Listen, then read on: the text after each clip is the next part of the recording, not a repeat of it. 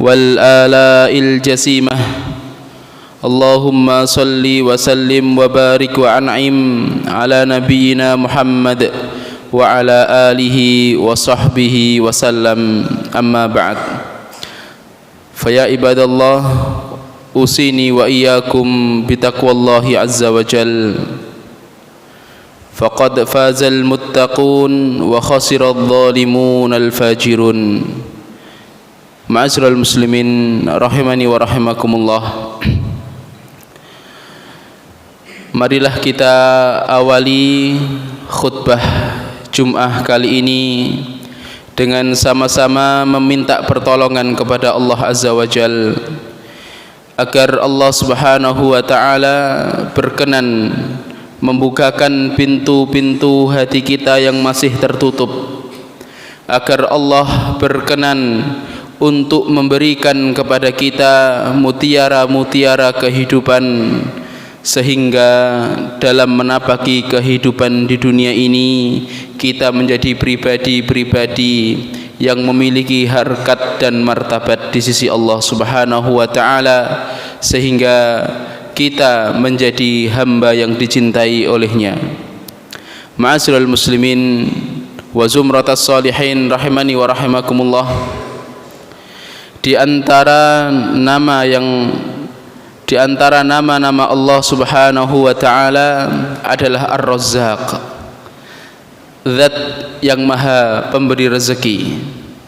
Dan nama Ar-Razzaq ataupun Ar-Raziq ataupun Ar-Raziq itu adalah lawazim dari makna rububiyah. Karena di antara makna Rabb kandungannya adalah Al-Khaliq, Al-Malik, Al-Mudabbir dan Ar-Raziq. Maka ketika kita yakini betul bahwasanya Allah Subhanahu wa taala itu adalah zat yang Maha Pemberi rezeki, kita yakini betul bahwasanya seluruh rezeki yang kita miliki, yang kita dapatkan itu asalnya adalah dari Allah Subhanahu wa taala, maka hendaknya kita tenang dalam menjalani kehidupan ini. Kita tidak gundah gulana dalam menjalani dan menapaki kehidupan yang ada di dunia ini. Ma'asyiral muslimin, sungguh rezeki yang telah Allah Subhanahu wa taala berikan kepada kita itu sudah terukur dan tidak mungkin tertukar. Malaikat yang Allah Subhanahu wa taala perintahkan untuk memberikan rezeki kepada kita, mereka tidak pernah salah alamat.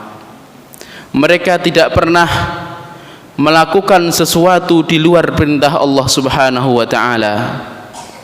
Rezeki itu sama dengan ajal, jemaah. Tidak mungkin tertukar. Tidak mungkin mendatangi yang bukan tuannya. Oleh karena itu, ma'asyiral muslimin wa zumratas salihin, kita hendaknya menjadi hamba-hamba yang senantiasa husnudzan, hamba-hamba yang senantiasa tenang dalam menjalani episode demi episode kehidupan kita ini. Allah Subhanahu wa taala hanya meminta kepada kita untuk menjemput rezeki tersebut dengan jalan yang halal, dengan jalan yang baik. Karena baiknya cara kita dalam menjemput rezeki tersebut berdampak besar bagi kehidupan kita. Suatu ketika Rasulullah sallallahu alaihi wasallam menasihati seorang sahabat dekatnya yang bernama Sa'ad bin Abi Waqqas. Rasul kita mengatakan, atib mat'amak takun mustajab da'wat.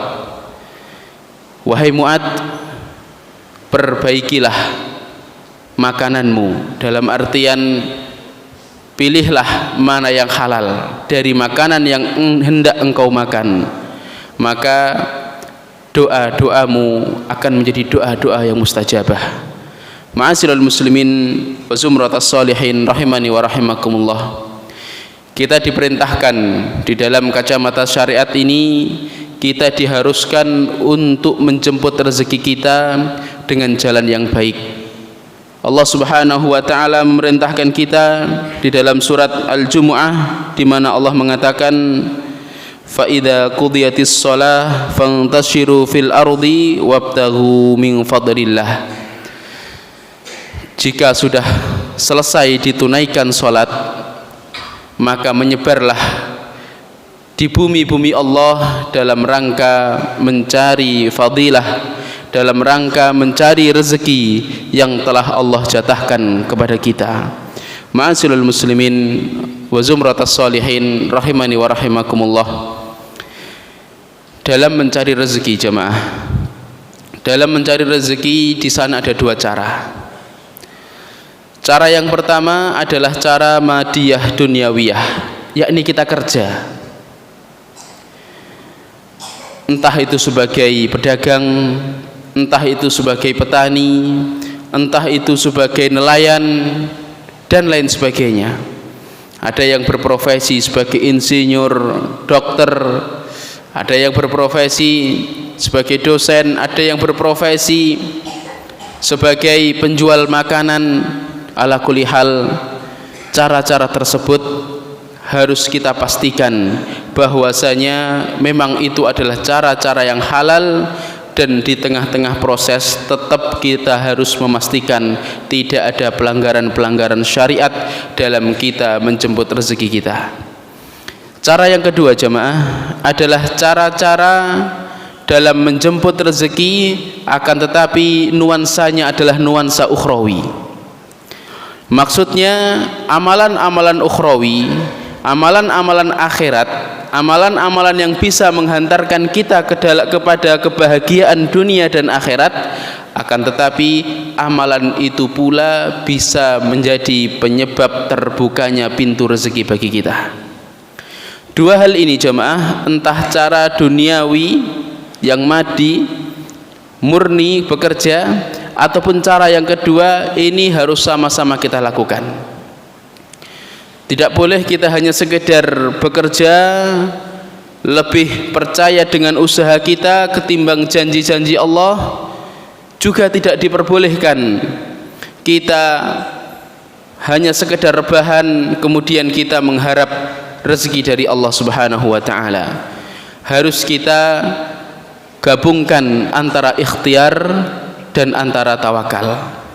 Suatu ketika Rasulullah Shallallahu Alaihi Wasallam didatangi oleh seorang sahabat, yang mana sahabat tersebut ketika datang beliau menunggang kendaraannya yang berupa seekor unta. Kemudian masuk ke masjid, menyelesaikan urusannya dengan Rasulullah. Ketika selesai urusannya dengan Rasulullah, sahabat tersebut pulang, dan ketika hendak pulang didapati untanya sudah tidak ada. Rasul pun bertanya, apakah tidak engkau tali untamu? Lelaki itu mengatakan, aku sudah pasrahkan kepada Allah. Maka Rasul menasihati dengan nasihat yang indah sekali, cancang tali untamu dan bertawakallah kepada Allah. Hadis ini jemaah mengajarkan kepada kita untuk serasi antara usaha dan antara sebab-sebab lain seperti tawakal, takwa dan lain sebagainya. Ma'asyiral muslimin wa zumratas sholihin rahimani wa rahimakumullah. Dalam menggapai ataupun dalam membuka pintu rezeki, di sana ada beberapa amalan yang hendaknya kita lakukan. Yang pertama adalah doa jemaah. Ad-du'a'u silahul mu'min, bahwasanya doa itu adalah senjata orang mukmin. Bukan senjata paling akhir, bukan jemaah, tapi senjata paling awal. Bukan kita bekerja lelah, rugi, terjatuh, kemudian kita baru mengangkat tangan meminta kepada Allah. Bukan jemaah, tapi sedari awal kita harus memperbanyak doa. Ketika proses bekerja, kita pun memperbanyak doa. Dan setelah usai dari pekerjaan kita, kita pun memperbanyak doa. Sehingga doa tersebut bukan senjata akhir, tapi senjata awal sampai akhir. Ma'asyiral muslimin rahimani wa rahimakumullah. Di antara amalan-amalan yang bisa menjadi pembuka pintu rezeki kita adalah ketakwaan. Allah Subhanahu wa taala mengatakan, "Wa may yattaqillaha yaj'al lahu makhraja wa yarzuqhu min haitsu la yahtasib." Barang siapa yang bertakwa kepada Allah, maka Allah akan menjadikan baginya solusi dari permasalahan-permasalahan hidupnya, dan Allah akan memberikan rezeki kepadanya dari arah yang tidak disangka-sangka. Jadi amalan kedua yang hendaknya kita lakukan adalah senantiasa bertakwa kepada Allah Subhanahu wa taala. Amalan ketiga, ma'asyiral muslimin, yang hendaknya kita lakukan adalah taubat dan istighfar. Hal ini dikarenakan dosa itu menjadi salah satu sebab seretnya rezeki kita. Rasulullah SAW bersabda di dalam sebuah hadis yang diriwayatkan oleh Imam Ahmad, di mana beliau mengatakan, innal abda la yuhramu birizqin bidzambin yusibuhu. Sesungguhnya seorang hamba itu benar-benar bisa terhalang dari rezekinya lantaran dosa yang telah ia kerjakan. Maka hendaknya kita memperbanyak istighfar kepada Allah Subhanahu wa taala, memperbanyak taubat kepada Allah Subhanahu wa taala, agar kita diberikan kemudahan dalam mencari fadilah dan mencari rezeki yang telah Allah Subhanahu wa taala sediakan. Ma'asyiral muslimin rahimani wa rahimakumullah. Di sana ada amalan-amalan lain yang hendaknya kita lakukan. Di antaranya adalah infak, jemaah. Di antaranya adalah kita berinfak di jalan Allah Subhanahu wa taala. Allah Subhanahu wa taala mengatakan, "Wa ma anfaqtum min syai'in fahuwa yukhlifuh wa huwa khairur raziqin." Dan apa yang telah engkau infakkan, maka Allah Subhanahu wa taala yang akan menggantinya, dan Dia Allah adalah sebaik-baik pemberi rezeki. Amalan selanjutnya yang hendaknya kita lakukan, jamaah, dalam upaya membuka pintu-pintu rezeki kita adalah kita mensyukuri nikmat yang sudah ada. Tidak hanya sekedar mencari yang belum ada, tapi kita juga hendaknya mensyukuri apa yang sudah wujud di hadapan mata kita. Allah Subhanahu wa taala mengatakan, la in syakartum la azidannakum. Kalau seandainya engkau bersyukur kepada Allah, maka niscaya Allah Subhanahu wa taala akan menambah nikmat-nikmatnya kepada kalian. Di antara amalan lain, jemaah, yang hendaknya senantiasa kita lakukan adalah menjaga solat kita dan memerintahkan anggota keluarga kita untuk solat. Allah Subhanahu wa taala mengatakan, wa'mur ahlaka bis-shalah wastabir 'alaiha la nas'aluka rizqa nahnu narzuquka. Perintahkanlah keluargamu untuk sholat dan bersabar-sabarlah dalam menegakkan sholat tersebut. Kami tidak meminta rezeki dari kalian, justru kami yang akan memberi rezeki bagi kalian.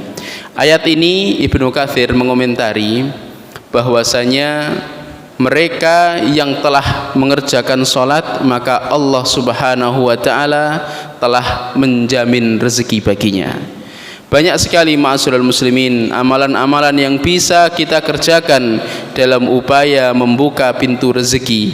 Di antaranya adalah silaturahim, di antaranya adalah berbuat baik kepada golongan-golongan lemah di antara kita, dan di antaranya pula adalah berbuat baik kepada makhluk-makhluk Allah yang lain, entah itu hewan ataupun tumbuhan. Barakallahu li wa lakum fil Qur'anil azim wa nafa'ana Allahu bima fihi minal ayati wa dzikril hakim.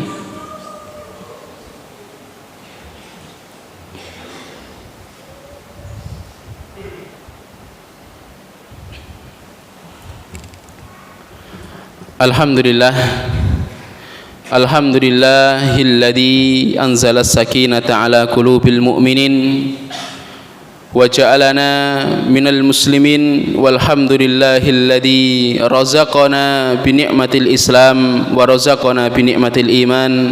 Nasyhadu an la ilaha illallah ونشهد أن محمدا عبده ورسوله شهادة نرجو بها النجاة من نار الهلاك وشهادة نبرأ بها من شرك الإشراك اللهم صل وسلم وبارك وأنعم على نبينا محمد وعلى آله وصحبه وسلم أما بعد فيا عباد الله أوصيني وإياكم بتقوى الله عز وجل معاشر المسلمين rahimani wa rahimakumullah. Al-Imam Ibnu Abi Dunya pernah menukil sebuah ucapan dari seorang salaf yang bernama Abu Abdurrahman Al-Umari. Beliau mengatakan, kuntu janinan fi batni ummi fayu'ta birizkin hatta yudha'a fi fami falamma kabirtu wa araftu rabbi sa'adhanni fa ayyu abdin asyarru minni. Beliau Abu Abdurrahman Al-Umari mengatakan, dulu aku ini hanyalah sebuah janin yang ada di perut ibuku, dan itu pun Allah Subhanahu wa ta'ala memberikan rezeki bahkan tanpa aku berusaha apapun, dan itu sampai ke mulutku. Akan tetapi ketika aku sudah besar, aku sudah dewasa, aku sudah tahu dan kenal Allah Subhanahu wa ta'ala, ternyata aku malah bersuudzon kepada Allah Subhanahu wa ta'ala. Fa ayyu abdin asyarru minni, maka mana ada hamba yang lebih buruk dariku. Ma'asyiral muslimin wa zumratas sholihin rahimani wa rahimakumullah. Mari kita flashback, kita mengingat jemaah, ketika kita masih janin dan kita berada di perut ibu kita, di rahim ibu kita, kita tidak memiliki daya dan tidak memiliki upaya sedikit pun. Akan tetapi rezeki Allah sampai kepada tubuh kita. Ketika Allah Subhanahu wa ta'ala mentakdirkan kita lahir di dunia, kita pun tidak bisa melakukan apa-apa jemaah. Hanya sekedar nangis, hanya sekedar rebahan. Akan tetapi Allah Subhanahu wa ta'ala menyampaikan rezekinya sampai ke mulut kita tanpa kita berusaha sedikit pun. Akan tetapi ketika kita besar, mulailah bisikan-bisikan setan, mulailah godaan-godaan nafsu hinggap pada hati kita sehingga kita kurang yakin kepada rezeki Allah Subhanahu wa ta'ala. Padahal zat yang memberikan kita rezeki saat ini itu sama dengan zat yang memberikan rezeki kepada kita saat kita masih kecil. Akan tetapi inilah manusia, semakin cerdas, semakin pinter, semakin dewasa, semakin banyak pengalamannya, bukan semakin husnudzon kepada Allah, akan tetapi semakin suudzon kepada Allah Subhanahu wa ta'ala. Dan ini adalah hamba-hamba yang buruk, ma'asyiral muslimin. Oleh karena itu jamaah, dalam menapaki kehidupan ini seyogyanya kita tidak perlu risau urusan rezeki kita. Rezeki kita sudah terukur, sudah tertakar dan tidak mungkin tertukar. Rezeki kita sudah dijatah oleh Allah, kita diperintahkan hanya untuk menjemputnya dan mencarinya. Rezeki kita tidak mungkin habis selagi nyawa kita masih berada di tubuh kita ini. Selagi roh kita masih menempel di badan kita, jatah rezeki kita tidak habis. Kita hanya diperintahkan untuk benar-benar mencari dengan jalan yang halal, dan kita sertai dengan tawakal kepada Allah Subhanahu wa ta'ala. Kalau kita yakin betul bahwasanya rezeki kita ini sudah dijatah oleh Allah, maka jangan sampai kita mencarinya melewati jalan yang haram, lewat menipu, lewat kecurangan dan lain sebagainya. Ma'asyiral muslimin, alangkah ruginya kita seandainya dalam upaya mencari rezeki ternyata gara-gara kesalahan yang kita lakukan dalam bekerja kemudian Rasulullah berlepas diri bagi kita. Kerugian mana yang lebih dahsyat dari kita yang tidak dianggap sebagai umatnya Rasulullah? Jamaah, suatu ketika Rasulullah pernah mengatakan, man ghasyana falaysa minna, barang siapa yang curang maka bukan termasuk golongan kami. Demi Allah, tidak ada kerugian melebihi kerugian di mana Rasulullah tidak lagi mengakui kita sebagai umatnya. Maka marilah kita perhatikan baik-baik, apakah cara kita bekerja ini sudah 100% halal atau di sana diselipi hal-hal yang haram. Apakah cara kita bekerja ini cara yang jujur atau di sana ada kecurangan demi kecurangan. Demi Allah, tidak ada kerugian melebihi kerugian di mana Rasulullah berlepas diri dari kita. Kalau Rasulullah berlepas diri dari kita, jamaah, mana mungkin kita bisa menyeruput air dari hautnya Rasulullah sallallahu alaihi wasallam. Ma'asyiral muslimin, pun cara yang halal itu berdampak baik bagi kita, begitu juga cara yang haram itu juga berdampak buruk bagi kita. Suatu ketika Rasulullah sallallahu alaihi wasallam menceritakan mengenai urusan rezeki. Kemudian Rasulullah menyebutkan seorang laki-laki yang asy'atha aghbara yutilus safar, yang yutilus safar asy'atha aghbara, seorang yang melakukan perjalanan panjang, seorang yang berdebu dan kusut. Ini sebenarnya jamaah, safar itu adalah kesempatan kita berdoa, karena ketika safar doa kita mustajabah. Ketika kita melarat pun doa kita mustajabah. Ini ada orang yang safar jauh, melarat, rambutnya acak-acakan, berdebu. Dia menengadahkan tangannya ke langit, ya Rabb, ya Rabb. Wa mat'amu haram, wa malbasu haram, wa mashrabu haram, wa ghudhiya bil haram, fa anna yustajabu lidzalik. Meskipun dia melakukan safar, meskipun dia melarat, berdebu, kusut, akan tetapi yang dimakan adalah makanan yang haram zatnya ataupun haram sebab memperolehnya. Yang diminum adalah sesuatu yang haram zatnya atau sesuatu yang haram cara memperolehnya. Yang dikenakan adalah pakaian yang haram zatnya atau haram cara memperolehnya. Dan yang senantiasa dikonsumsi adalah hal-hal yang haram. Rasulullah mengatakan, fa anna yustajabu lidzalik, mana mungkin dia diijabahi doanya, dari jalan mana doanya bisa diijabahi.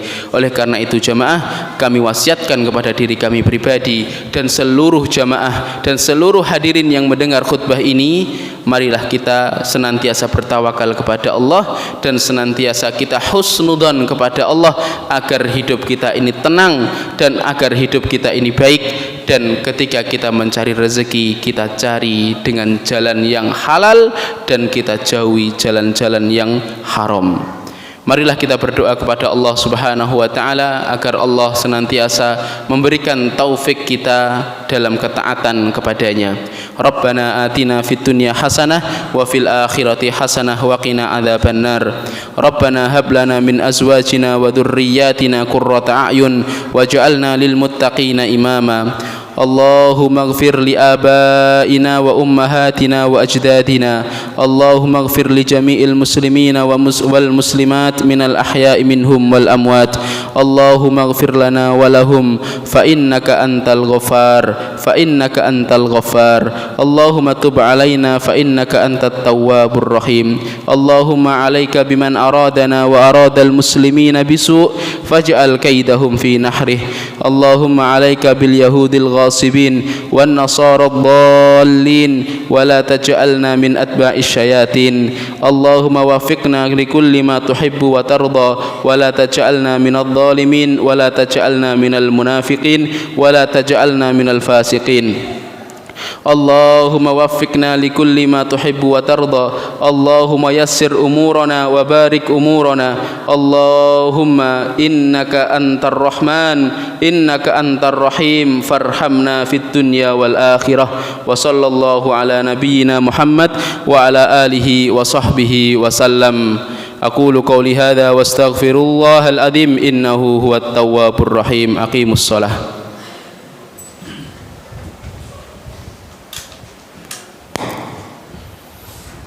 الله أكبر الله أشهد أن لا إله إلا الله أشهد أن